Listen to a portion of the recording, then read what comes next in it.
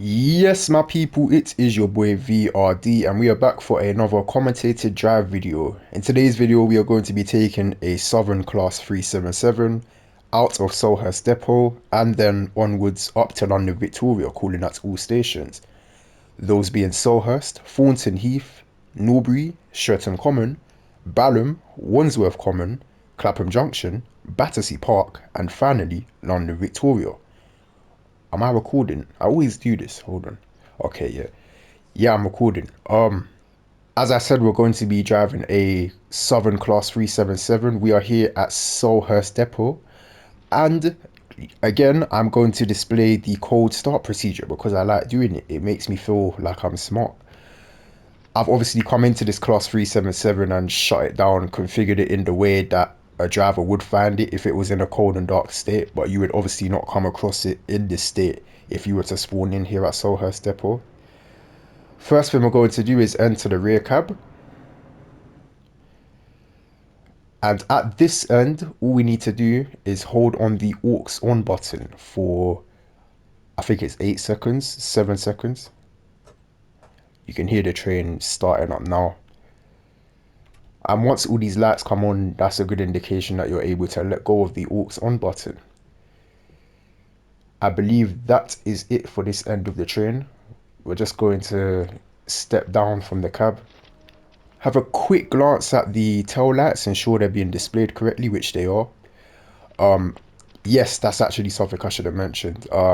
Ensure that the tail light switch is in the on or auto position for this end of the train, and come and check them, ensure that they're displaying 2 red lights, which they are.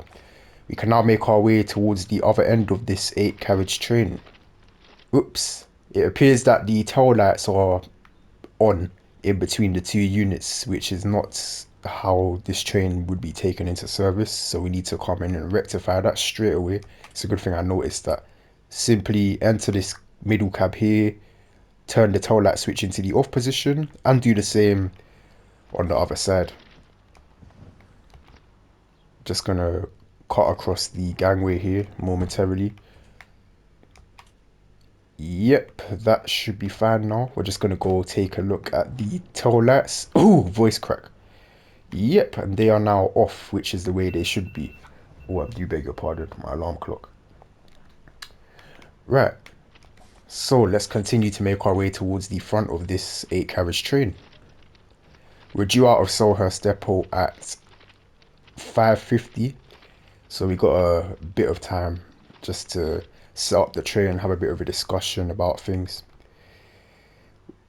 Entering the front cab now, and the first thing, voice crack. The first thing you would do is activate the safety systems, those being the AWS, driver safety device, and vigilance. However, in reality, these would already be activated, so I've come up here and activated them myself before commencing with the recording of this video. The DRA as well, I've already come in and set that, but that wouldn't be set in game, but in reality the DRA would always be set. It's set by a driver when they shut down the cab, so when you take command of a train, the DRA will be set by default. Did I take a glance at the front of the train? I don't think I did. Just take a glance at the front of the train, ensure that your red tail lights are being displayed correctly, which they are. Now go to sit in the driver's seat, insert the master key, and select neutral on the FNR switch. We're then going to acknowledge the AWS self-test sequence by pressing the AWS acknowledgement button there. We're now going to turn the headlight switch into the markers only position due to the fact that we are in a yard/depot, so you don't want to be using your bright headlights because it can startle any ground situated staff in the area. Also ensure that the tail light switch is in the off or auto position at this point. Now get back down from the cab and just glance at the lights, ensure that your marker lights are being displayed. So that is the 2 LED style lights down here, and we can't see it, but there's another light up by the roof that should be on. Now get back into the cab sit in the driver's seat. Next thing we want to do is draw power from the electrified third rail that is charged at 750 volts DC. At the moment, as you can see, this light is, I think it says MCB/ADD. I'm not sure what ADD stands for, but MCB stands for main circuit breaker. That tells us that the main circuit breaker is open, so we are currently not drawing power from the electrified third rail. We need to do something about that. What we do is hold down the DC system select button. It should light up. I'm hoping it lights up because I'm going to look very... Yes, it lit up. Okay. And then at this point, you may need to wait for the main reservoir pressure to charge up a bit. Compressors that are situated underneath the train pump air into a pipe and a bunch of tanks that are also situated underneath the train. And that air needs to charge up to, I can't remember what it is it 70 pounds per square inch? I want to say, but I might be wrong. So you need a minimum pressure of 6.5 bar before you can do anything else, I believe. I think I'm a bit incorrect. Something like that. But as you can see, our pressure is already at 7.5 bar, so we are good to continue with the setup procedure here. Next thing we're going to do is hold down the MCB close button. Sorry, that's the wrong button. This yellow button here that says MCB close, and that should lower the shoe gears onto the electrified third rail, and our train should begin drawing power from the national grid. And yep, you can even hear a bunch of electronics have just started up. So if we look down here, you can see the MCB light has now extinguished and the line light is illuminated. So we are now successfully drawing power. We're a bit pressed for time here, but the final thing we need to do is a static brake test. That is done by simply moving the F&R switch into the forward position, moving the PBC into emergency, and observing that the brake cylinder gauge reading, that's this needle here on the right, corresponds with that. So it should shoot up to 4 bar. We then move the PBC down to the off position in steps. So brake step 3, brake step 2, brake step 1, and observe that the brake cylinder gauge reading corresponds with all of those actions. We then momentarily move the PBC into the off position and observe the brake cylinder gauge reading begin to fall to 0, but we don't let it fall all the way to 0. And then we shoot the PBC right back into the emergency position and observe it shoot back up to 4 bar, the brake cylinder gauge reading.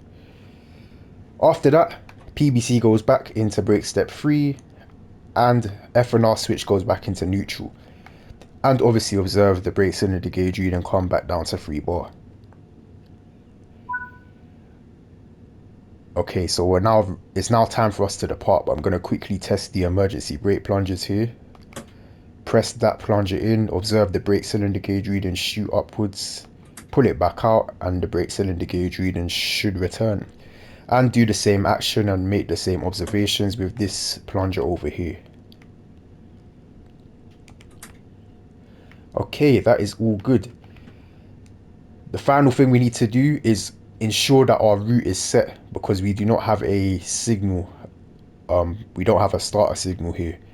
So before we reset the DRA and move our train, we need to ensure that our route is set. It's similar to the 700 video that I did in Gillingham Depot. Just ensure that your route is set up to the first signal you'll be passing, which is just here. It's a shunt signal. You can see it in the distance there, the 2 white lights. So that is all good. We can now reset the DRA, close our door, and before moving off, we sound a short blast on the depot whistle. We also need to perform a test of the hill start button. So I'm moving the F&R switch into forward, holding down the hill start button. PBC goes into the off position. We observe a brake cylinder gauge reading of 1 bar. PBC goes into power notch 1, and after about a second, release the hill start button, and the PBC, sorry, beg your pardon, the brake cylinder gauge reading should fall to 0 bar. So the speed limit at the moment is only 5 miles an hour, just down to the environment that we're in. It's also good practice to take a look at the points as you're passing over them just to ensure that they're set correctly. You wouldn't need to do that out on the main line, but in yards and depots where the routes are set manually, definitely glance at the points before you pass over them just to avoid any embarrassing moments.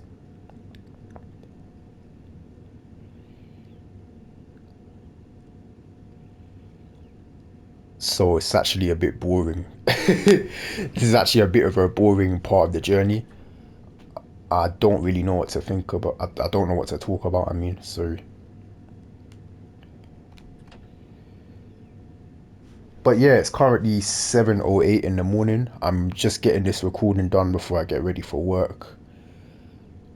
What happened was last night after I got back from work, I attempted to record a journey in the opposite direction. So from London Victoria, excuse me, from London Victoria down to Selhurst, I attempted to record that journey, but I was just exhausted. My commentary was atrocious. So I decided that I'm gonna record videos in the morning before going to work, just when I have a fresh mind, I'm able to articulate myself a bit better.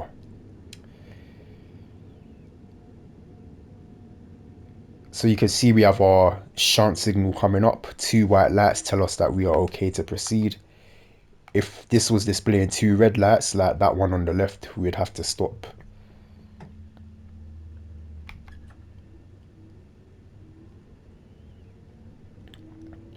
And I'm just bouncing between power notch 1 and the off position just to maintain 5 miles an hour.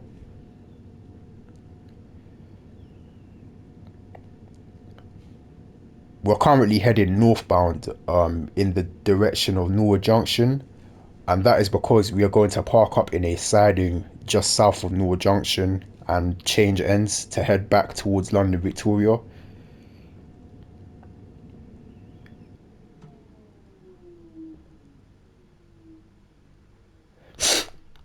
Sorry, I might be sniffing quite a lot.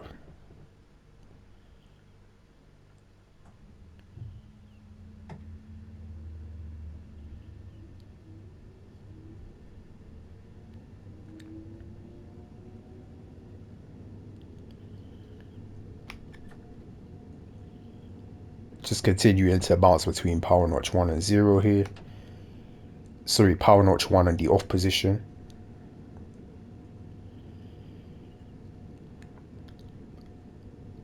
You may also find that I'm not gonna call out every single action I'm doing, and that is just because this is a oops. Okay, so let me explain what that was. That was a test magnet for the AWS automatic warning system.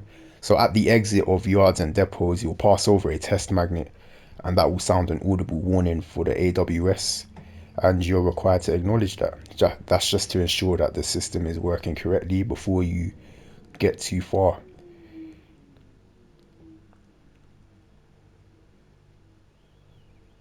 As I was saying, so this is quite an intense run. We're stopping at every station between Selhurst and London Victoria, and those stations are about 2 minutes apart. So it's a very high workload. So I'm just gonna be struggling to keep up with everything. I guess I could firm running late and just slow everything down a bit, just so I can explain a lot of the things I'm doing. So I don't know. Maybe I'll do that. I'll just see how I'm feeling. We passed another shunt signal, and if you were looking closely enough, there was a letter Y in the display below it. That tells us that we are being routed into the siding. I'm not sure what the Y stands for, but I'm guessing it's a yard. But yeah, if that was, oof, I actually don't know. But if it was displaying something else, then you'd be routed onwards towards Norwood Junction. But we are being routed into this siding here. There was also a board with the number 15 on it. If you were paying attention, you would have seen that. That tells us that when the back of our train is clear of that board, we can accelerate up to 15 miles an hour.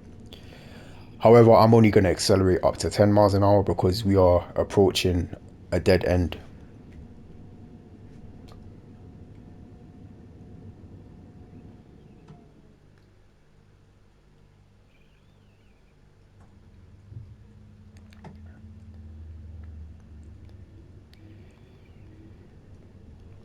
I may also need to quickly go back to the main menu and restart after we park up here in this siding. And that is due to the fact that on the London Commuter DLC, there's a glitch with the Class 377 Electro Stars, where sometimes if you take command of a Class 377 Electro Star that has spawned in a stationary state, the back gangway will remain open. You won't be able to close it, which is very frustrating. So we're just going to see if that's happened now. If it has happened, I'll quickly come out of the game and load back in, and that should fix the problem. Okay, so we should now be clear of that 15 mph board, so I'm just going to accelerate up to 10 miles an hour here. Not all the way up to 15 because that is reckless behavior, considering that we are approaching a dead end. So just used power notch 1 momentarily there. Now moving the PBC back into the off position. And we're about 4 carriage lengths away from the buffer stops, so I'm just reducing our speed down to 5 miles an hour. That was done by a brief brake step 1 application. I'll now return the PBC into the off position, and we're going to creep towards the buffer stops here. Using brake step 1 again just to gradually reduce our speed down in small decrements. Just short bursts of brake step 1 to help us achieve a controlled stop, and we're aiming to stop as the buffer stops begin to disappear beneath the windscreen. Okay, return to free roam. Right, brake step 3 on the PBC. FNR switch goes into neutral and we set the DRA. We now need to ensure that the headlight switch is in the off position and ensure that the tail light switch is in the on or auto position. FNR switch goes into the off position and we remove our master key. I'm now also going to turn off the safety systems here, although you wouldn't do that in real life. In Train Simulator you definitely want to be doing that because reasons. We're now going to get down from the cab, just double check our master key isn't inserted. Yep, that's fine. And glance at the back of the train to ensure that we have 2 red tail lights being displayed, which we do. Okay, so now let's head back to the other end of the train, where we will drive in it will be a southbound direction initially, but then we're going to turn, we're going to take a tremendously tight, hold on, okay, yeah, we're going to take a ridiculously tight curve and head in a north-westerly direction towards London Victoria. Okay, yeah, this is the glitch I was talking about. As you can see, I can't close the gangway. It's a very annoying glitch. They really need to sort this out, especially considering that this DLC has been out for nearly 2 years. It's ridiculous. But anyway, I'm gonna just come out and load back in very quickly. Bear with me. Okay, so we've spawned back in here at I'm not even sure what to call this, Norwood Junction siding or something. I don't even know. I think it's called Norwood Yard Road 2. Anyway, we're going to set the, I need to stop as well. That's bad articulation. Going to set the DRA, come over to this side of the cab and turn on our safety systems. So this is the way the train would be configured if you've just spawned in. Take a seat, insert the master key, FNR switch goes into neutral, and acknowledge the AWS self-test sequence. I'm now going to select the day running configuration on the headlight switch. And before we set off, I'm going to perform another static brake test, but I'm not going to actually call out what I'm doing because that's quite time consuming. You guys have already seen it in the previous demonstration.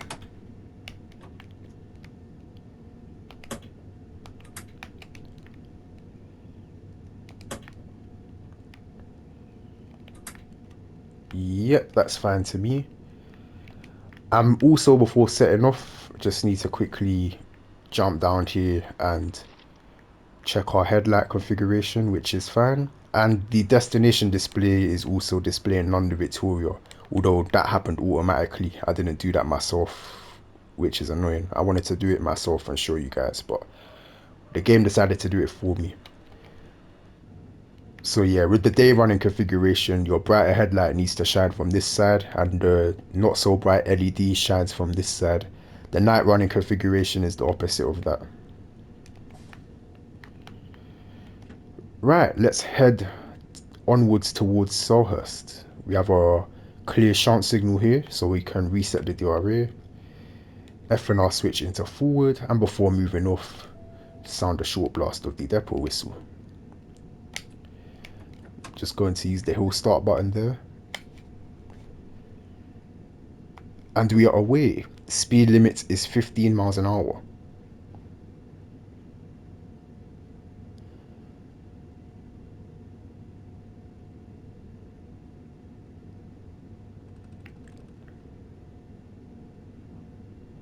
Just using power notch 1 to get us up to about 12.5 miles an hour.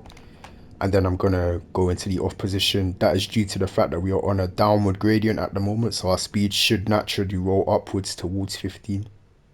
You can see we have another shunt signal here that is clear, but keep your guard up when it comes to these shunt signals. It's very easy to daydream and end up passing one that is displaying a stop aspect, because they're, well, for one, you're so used to passing them when they're showing clear aspects, so you're not really going to expect it to display a stop aspect. And they're quite small as well, so they are quite hard to notice. So just keep your guard up when operating in environments like this to ensure that you don't accidentally pass a shunt signal that is displaying a stop aspect.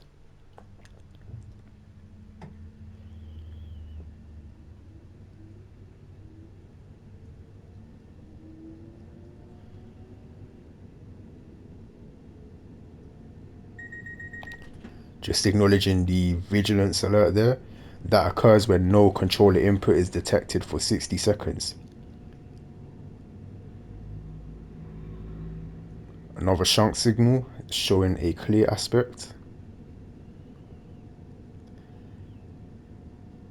So we're currently heading in a southbound direction, as I said. East Croydon Station is about half a mile to the left over there.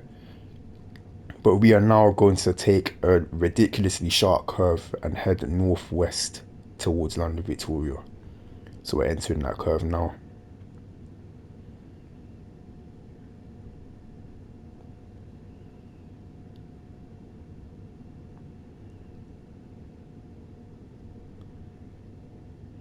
We're also entering an upward gradient, so our speed is going to begin to reduce because of gravity. Just acknowledging the vigilance alert again.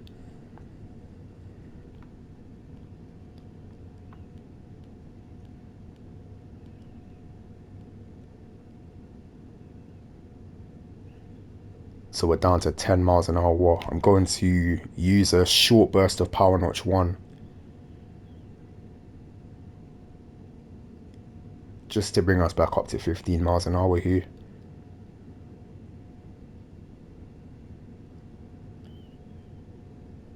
Now that we're up to 15, moving the PBC back into the off position, and that should bring us up to this red signal coming up. This signal protects Selhurst Station. It is in charge of routing trains out onto the main line in this particular direction, and there's also a signal on the other track to our right, so trains can exit from both tracks. If you're exiting from the other track, you would enter Selhurst platform. Ooh, what platform is that? Platform 1. You would enter Selhurst platform 1, so you'd be heading northbound on the southbound track momentarily, and then you would cross over north of Selhurst to be on the correct track. But yeah, so we've come to a stop here using brake step 1, about a coach length from the signal, although I think I'm a bit closer.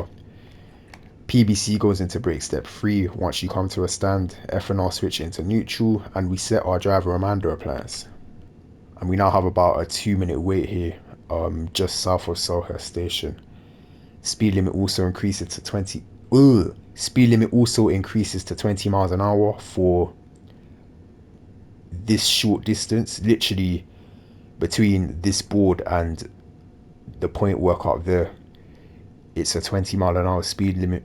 I'm not sure why they bothered doing that. It might as well have stayed at 15, but yeah, because once you join these tracks here, these tracks run alongside us, the speed limit increases to 40 miles an hour.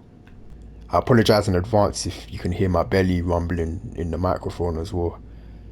I haven't eaten yet. I overslept. I was meant to wake up a bit earlier, but I ended up oversleeping. But I really wanted to get this recording done before going to work because I wouldn't have had the energy for it after coming back. So sacrifices have to be made.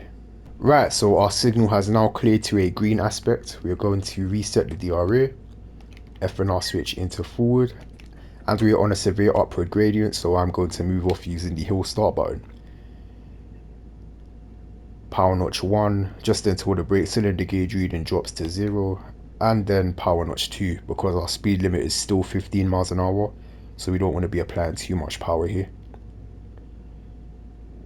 Like I said, once the back of our train passes that 20 board, the speed limit will be increasing to 20, but then we have to stop here at Selhurst, so there's not much point in accelerating up to that. So I've just shut off the power at 15 miles an hour here. And we are looking out for the 8 carriage stopping position, which is towards the end of the platform, but not all the way at the end. So I'm going to make a brake step 1 application around now. You can see the stopping position coming up. Just momentarily releasing the brakes back into brake step 1. We are on a bit of a downward gradient here at Selhurst, so the brakes aren't as effective as they would normally be. Back into brake step 1, brake step 2 momentarily, back down to brake step 1, releasing into brake step 1, and that is a perfect stop. You want to stop with the reference of your stopping position in this little window here, and on that side you would want to have it in this window here. You don't have to, but I just prefer doing that because I am me. Brake step 3 into neutral, and our doors are on the left, so we're going to press the all release button on that respective side.